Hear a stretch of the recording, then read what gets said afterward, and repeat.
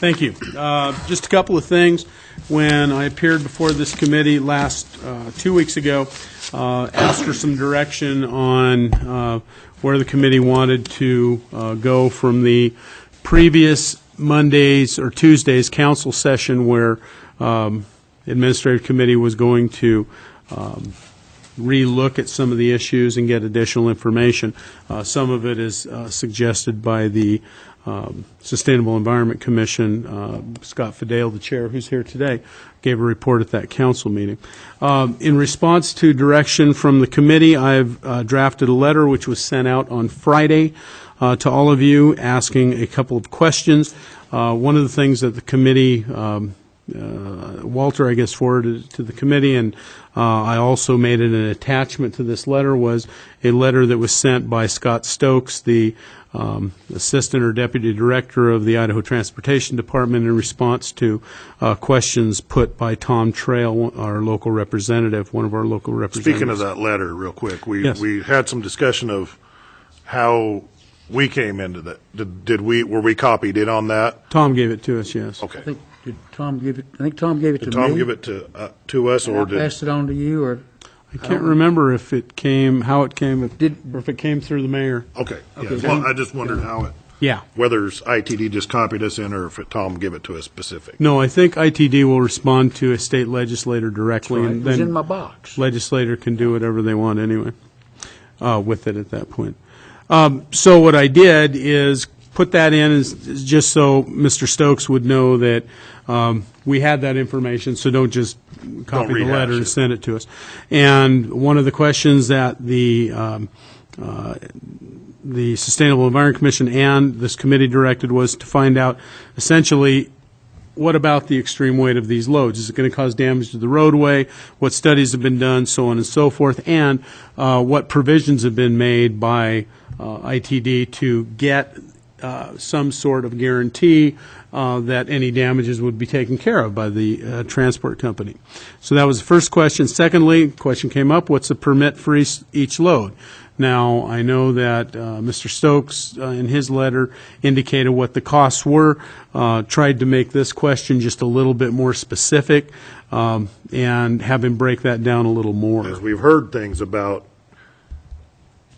that it's, X dollars, but if it works out to X dollars per load, it sounds like a lot more. Exactly. And might be a little more equitable than what we initially thought. It might still not be as much as we think it ought to, but it's better than what we initially thought it was. And again, one of the things in this question was to have them share with us the formula. Exactly. Because if it's one of the giant loads, is that a different cost than one of the smaller loads? Or is there a flat fee? Yeah, how do they figure it out? Why?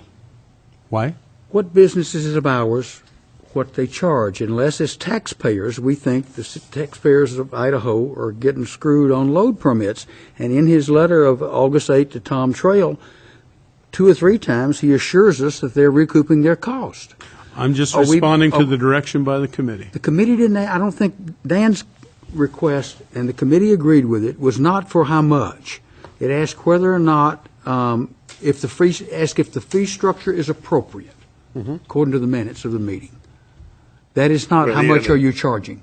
Okay. It is not how much is the state losing, how much is the state making, is it appropriate? I would suggest that this letter answers that. And if we want to write him and say, did you forget anything? I guess we could do that. But he talks about the fact that they now have the hauler hire at the hauler's expense, private engineering, that the state reviews in terms of the permit process. I just feel like we're going out, we're just determined to beat a dead horse here. Okay. Or just to beat a horse, maybe. Maybe he's not dead and we just want to beat him.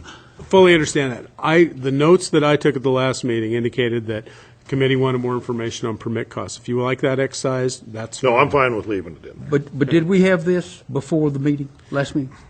If it might have been just at the time. I don't recall reading it at that time. Yeah, there's no date on when we got it. And I do now remember that it was put in my box, so I think maybe I think the mayor did provide it. We have. But yeah, I still don't have a problem with them giving us a direct answer rather than getting it through Senate or trail.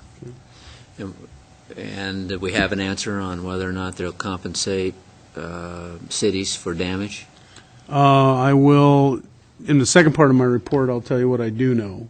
Okay. But, so can we get through this? and look at that? Absolutely. Okay. Sure, sorry. The last two questions, and as Dan correctly pointed out in an email to me today, was that 3 and 4 you weren't directed to get that information by the committee, and it's true that it is, is not the case. But I know that the police chief specifically, and I certainly would like to have some information as to, I mean, will there be more than the loads that are already in Lewiston? And the idea is to try and make some long-term plans. The chief wants to know for personnel reasons, what are we looking at? Are we looking at an extended period of time? Are we looking at just till those get moved, so on and so forth? So that was not directed by the committee, but I felt as long as I was asking information, requesting information from ITD, I had to try and get information that could be utilized by our departments.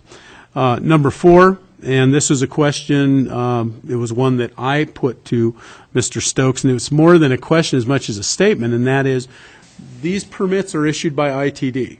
ISP, Not issued by us. Exactly. ISP provides services through a contract with the hauling company, yet people, I think, are looking to the city, the police department, to let them know when loads are coming, so on and so forth. I've had discussions with the mayor, with Wayne Krause, with ITD, and asked them, can you please or would you be sure and put that information out? Because it puts us in a bad position. And don't give it to us. Yeah, we don't have that Not the- primary information that they have. Right. Only they know when they issue the permit. It would make sense for them to issue that to everyone at the same time, rather than give it to us and say, okay, well, you do what you want with it. Yeah, that's not our job, it's their job. But the permit is only, it isn't date, time specific. It's a week window. So we still don't know when and if they're coming through. I think what we had hoped, because it is a disruption of the traveling public. So just in the interests of public information, somebody who's driving up from Lewiston, for instance, I know one of the examples that's brought up is, suppose you're flying into Lewiston at 10:30 at night, driving to Moscow. Wouldn't you want to know whether you're going to encounter one of these loads? If you did know, you might want to go through 95 or 195 through Pullman and over. You could go up through Pomeroy and not go up Lewiston Hill. Absolutely. I mean, I went to Boise last Wednesday. ITD had published in the paper, posted on telephone poles, they were going to close the highway at Whitebird Hill for an hour and a half, off and on all day till winter shutdown. We left Lewiston. There was no sign on the reader board at the port of Lewiston. It was blank. We got down to Finn. There's a flashing sign right below Finn, said 1/2 hour delays. I thought, that's curious. Got to Grangeville, killed time to hit the advertised window, only to be stopped for 10 minutes because they'd gone from an hour and a half to 30-minute delays and opening traffic more often. My point is, the best laid plans, Sure. et cetera. I don't know why they changed. There was a lady, 2 cars in front, there was a man in front of me driving from Sarasota, Florida to somewhere. He didn't even know about it. But the lady in front of him was mad as the proverbial wet hen because she had planned her trip to hit an open window, and here she's standing in the highway. So my point is that it's not just over-legal loads that create inconvenience. It's travel on the highways and things that don't work out like people plan, apparently. And that's exactly what this is intended to do. I know as a city, when we tear up a sidewalk, when we close a street down for resurfacing, if we have not done advance notice, people naturally and I think reasonably get a little concerned. And that's the case here. Just want the information and don't want another agency putting it back on the city and saying, hey, Here's the information, now you disperse it? No, yeah, they disperse should it come and from- make sure My that. point, Gary, is I'm not sure if and when they know it. I know Yeah. they do at some point, but presumably from what I read in the paper, the permits are issued in a short window prior to when they plan to move, and then issued for a window of time in which they can move. Right. There's not, your item number 3, the number of legal loads currently being permitted. I would guess the exact answer to that is whatever the number is for next Thursday. Precisely. And Not, that's why I not say. the number, because I don't That's think all. they're getting these things Sure. at one time and told, give them to us in whatever order you want to. I think And they're that's just- why I put in there, or considered being, considered for permitting. We understand that they don't issue all their permits en masse. All we're saying is, can you let us know information Before 6 about- o'clock that night. Yeah, let everybody know. Don't just let the city of Moscow know. Right. Let the traveling public know. And There was a large column in the newspaper in the last day or two announcing what's going on this week as best somebody knew it. I mean, sure. I'm not sure they aren't doing it. Yeah, and if they are, that's fine. We're just asking, please consider that you would do that rather than, if you're depending on us to do it, you should be doing it. I've heard nothing to indicate that they're depending upon us to do it. Is somebody depending upon us to tell? I don't know. Well, that's what I wonder, believe so. and I don't think it's our job to disperse the information, but, yeah, I think we can go ahead and send the letter as you've written it, and get it done.